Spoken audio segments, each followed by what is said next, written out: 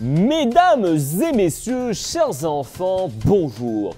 Aujourd'hui, et de manière exceptionnelle, nous allons immédiatement retrouver notre reporter Chantal en direct de la ville de Paris où se poursuit depuis des mois une véritable course à la présidence.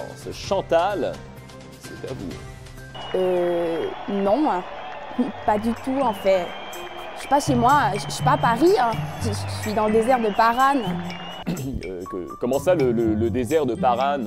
Eh bien, le désert de Paran, avec Moïse, les Israélites aux portes de la terre promise. Le désert de Paran, quoi.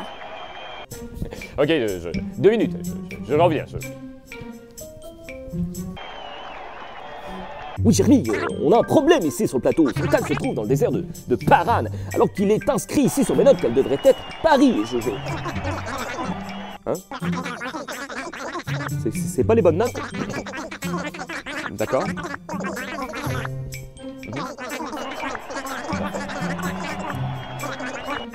D'accord. Parfait. Au revoir.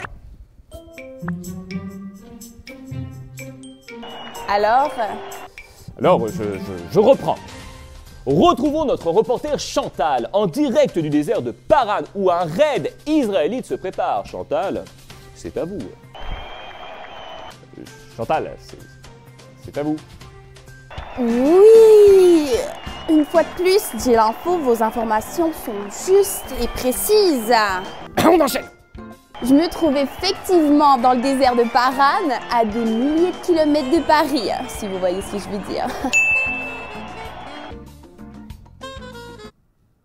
Désert d'où seront envoyés bientôt 12 hommes représentant chaque tribu d'Israël et qui auront pour mission d'explorer la terre promise par Dieu à son peuple.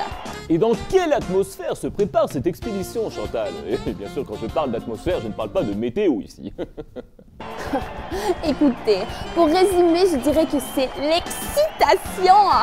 Tout le monde ici a hâte de savoir ce qu'il en est enfin, afin de pouvoir tourner la page de l'Égypte une bonne fois pour toutes. Attendez! On vient m'apprendre à l'instant que le départ était dans 3, 2, 1...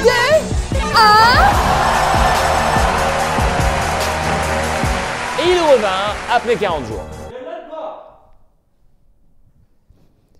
Et il revint après 40 jours. Merci. De rien. Ouais, je vous épargne les détails. Entre nous, rien de très intéressant. À ceci près que ce que Chantal ne vous a pas précisé, c'est qu'il se trouvait parmi ces 12 hommes 2 dont l'importance est capitale. Et vous comprendrez bientôt pourquoi. Caleb et José. Pas sûr que ce soit leur vrai visage. Et au passage, c'est pas José, mais c'est Josué. Pardon. Globalement, on pourrait dire que l'expédition s'est très bien passée. Les gars virent ce qu'ils avaient à voir, ils ramenèrent des fruits de la terre promise et surtout, ils revinrent tous vivants.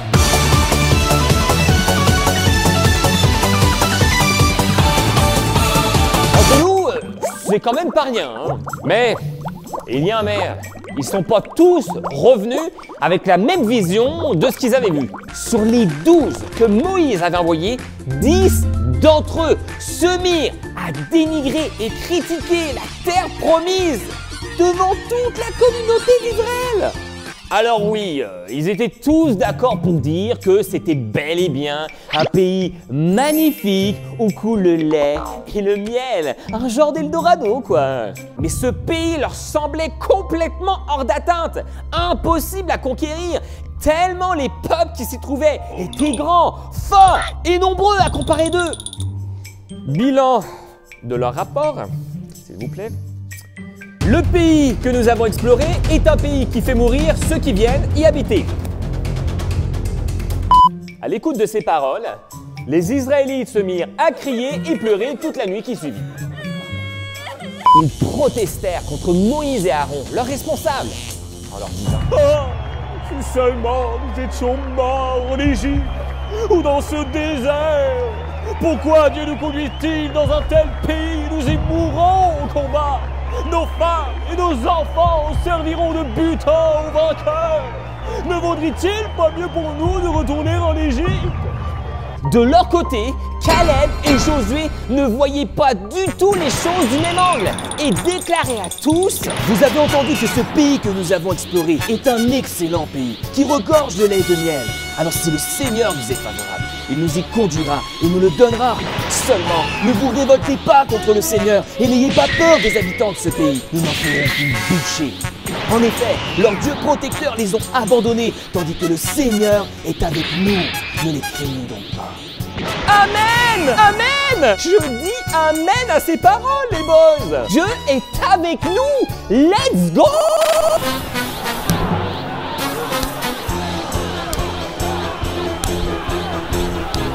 Ouais, eux, le speech les a pas vraiment convaincus, disons. Au point quand même qu'ils ont commencé à ramasser des pierres pour les tuer, quoi. Bon, quitte à prendre le risque de me répéter, petit sondage entre nous, hein. Qui vote pour qu'on les laisse crever dans le désert? Est-ce que vous réalisez à quel point le peuple est oublieux et sans foi? Un peu plus tôt dans l'histoire, Dieu a envoyé Moïse pour les libérer de l'esclavage égyptien dans lequel ils se trouvaient. Pour ça, il a accompli des prodiges, des miracles sans précédent, dont le miracle de la mer Rouge coupée en deux. Hein. C'est quand même pas rien. Dieu a pourvu ensuite à tous leurs besoins dans le désert et aux portes du pays promis, un pays où coule le lait et le miel. Comment son peuple réagit-il? Par les difficultés à venir, par la peur et le manque de foi.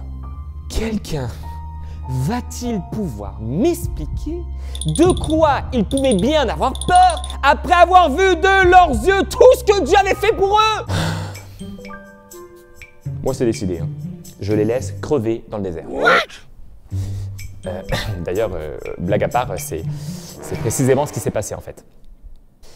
Attention là, parce que ça va chauffer. Hein. Ouh, ouh, ouh. Alors, face à ce spectacle, Dieu décida de descendre en personne au milieu de son peuple. Ce peuple ne cessera-t-il jamais de me rejeter? Refusera-t-il toujours de me faire confiance malgré tous les signes que je lui ai donnés de ma puissance? Je vais le frapper de la peste et l'exterminer. Je ferai naître de toi, Moïse, une nation plus puissante et plus nombreuse qu'Israël. Ah bah c'est sûr qu'après ça, tu fais moins le malin, tu fais plutôt pipi dans tes culottes. Je confirme. Elle est où la toilette? Deuxième porte à gauche. Merci. Dieu est rendu au point de vouloir tuer son peuple. Depuis sa sortie d'Égypte, le peuple avait tellement été désobéissant, ingrat, rebelle, incrédule, que Dieu était sur le point de les exterminer une bonne fois pour toutes. Mais, grâce à la prière et l'intercession de Moïse, Dieu accepta une fois encore de faire preuve de bonté envers son peuple. Toutefois, voici les conséquences qu'ils subirent, car n'oubliez pas les enfants, même si Dieu pardonne tout, il n'excuse rien. Il y aura toujours des conséquences à nos mauvaises actions. Dieu leur dit alors, vous mourrez dans ce désert. Je le jure, vous n'entrerez pas dans le pays où j'avais pourtant promis de vous faire habiter. Seuls y entreront Caleb et Josué. Il vous a fallu 40 jours pour explorer le pays. Eh bien, c'est pendant 40 ans que vous subirez les conséquences de vos péchés. À chaque jour correspondra une année. Ainsi, vous saurez ce qu'il en coûte de s'opposer à moi. Conséquence, seul Caleb, Josué et toute la nouvelle génération israélite entrera dans le pays que Dieu avait promis à son peuple. Face à l'impossibilité apparente de la conquête de ce pays où coulait le lait et le miel, Caleb et Josué décidèrent de fixer leur regard sur Dieu. Ils décidèrent de fixer leur regard sur celui à qui tout est possible. Quand même. En même temps, Non mais oui, c'est juste. Disons-le, c'est juste. malgré tout, j'ai l'info, je crois que cette histoire ne devrait pas nous abattre. Bien au contraire. Caleb et Josué nous ont tracé le chemin de la foi, chemin sur lequel nous devons apprendre à marcher tout comme eux, non par la vue, mais par la foi. Vous avez entièrement raison, Chantal. si vous me permettez d'ajouter marchons, marchons, que notre foi soit ce qui guide nos pas. Ta-na-na-na.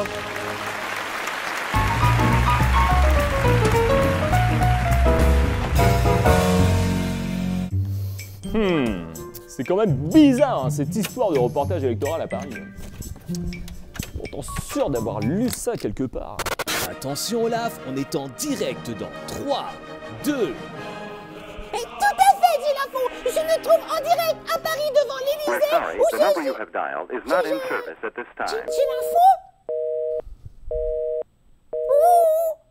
J'ai l'info. Vous m'entendez? J'ai l'info. Vous m'entendez? Olaf, c'était son tout premier reportage, misère.